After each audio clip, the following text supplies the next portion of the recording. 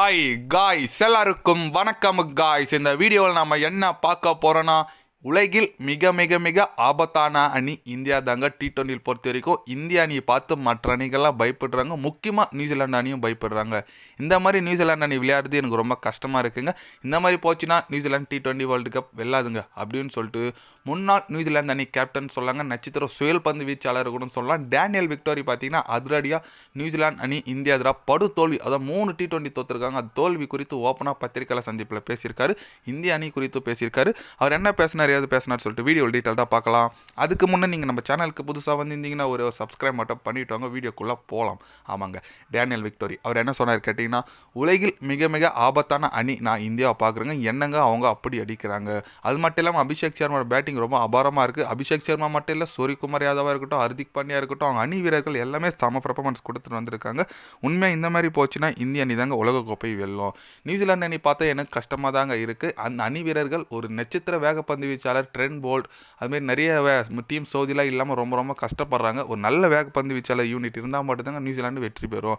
Batting சொல்கிற அளவுக்கு எதுவுமே கிடையாது. இதெல்லாம் வச்சா கண்டிப்பாக இதெல்லாம் வச்சு பார்க்கும்போது கண்டிப்பாக இந்த நியூசிலாந்து அணி வேர்ல்டு கப் அடிக்கிறதுன்னு எனக்கு நம்பிக்கை இல்லை. இருந்தாலும் இந்திய அணிக்கு நான் வாழ்த்துக்கள் சொல்லிக்கிறேங்க. நியூசிலாந்து பொறுத்த வரைக்கும் அடுத்த 2 போட்டியாச்சு இந்தியா கிட்ட ஜெயிச்சு ஒரு ஆறுதல் சீரீஸ் லெவல்லாம் கொஞ்சம் சீரீஸ் தோத்தாலும் ஒரு ஆறுதலாக தோக்கணும்னு நான் நினைக்கிறேங்க அப்படின்னு சொல்லிட்டு நம்ம டேனியல் விக்டரி பார்த்திங்கன்னா தலைவன் நியூசிலாந்து முன்னாள் வீரர் தான், பட் நியூசிலாண்டே கழுவி ஊத்துறாருன்னு சொல்லாங்க. அவர் சொல்கிறது 100க்கு 100 உண்மைங்க. ஏன்னா இந்த மாதிரி டீம் வச்சுன்னு ஒன்றும் பண்ண முடியும்னு சொல்கிறாங்க. பட் அது ஓகே. ஆனால் இந்தியான்றது டீம் வேறு லெவலுங்க. செம வலுவான டீம். அவங்க கிட்டே விளையாடுறாங்கன்னா இப்படி தான் இருக்கும். ஏன்னா நியூசிலாந்து நல்ல பவுலர்ஸ்லாம் இருக்காங்க. யார் நம்ம ஜெமிசன் இருக்கார், அப்புறம் நம்ம சாந்தனர் இருக்கார், சவுதி எல்லாம் நல்ல டீம் தான் அவங்களும். பட் ஆனால் இந்தியா வந்து ஒரு தரமான டீமாக இருக்கிறதுனால அவங்க எதிராக இவங்களால் சரியாக பர்ஃபார்மன்ஸ் பண்ண முடியல.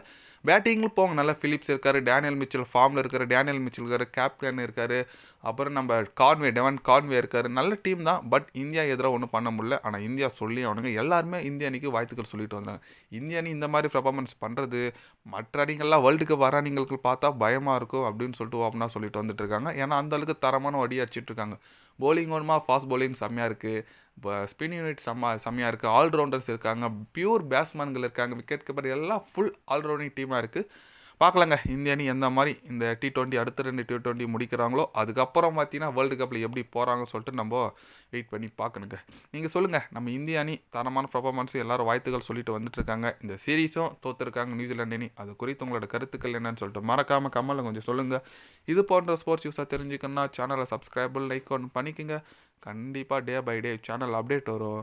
மறக்காமல் சப்ஸ்கிரைப் மட்டும் கொஞ்சம் பண்ணி வச்சுக்கோங்க. நன்றி, வணக்கம். மறக்காமல் கருத்து கொஞ்சம் யார் இந்த வேர்ல்டு கப் வெற்றி பெறுவாங்க கொஞ்சம் கமெண்டில் சொல்லிட்டு போக.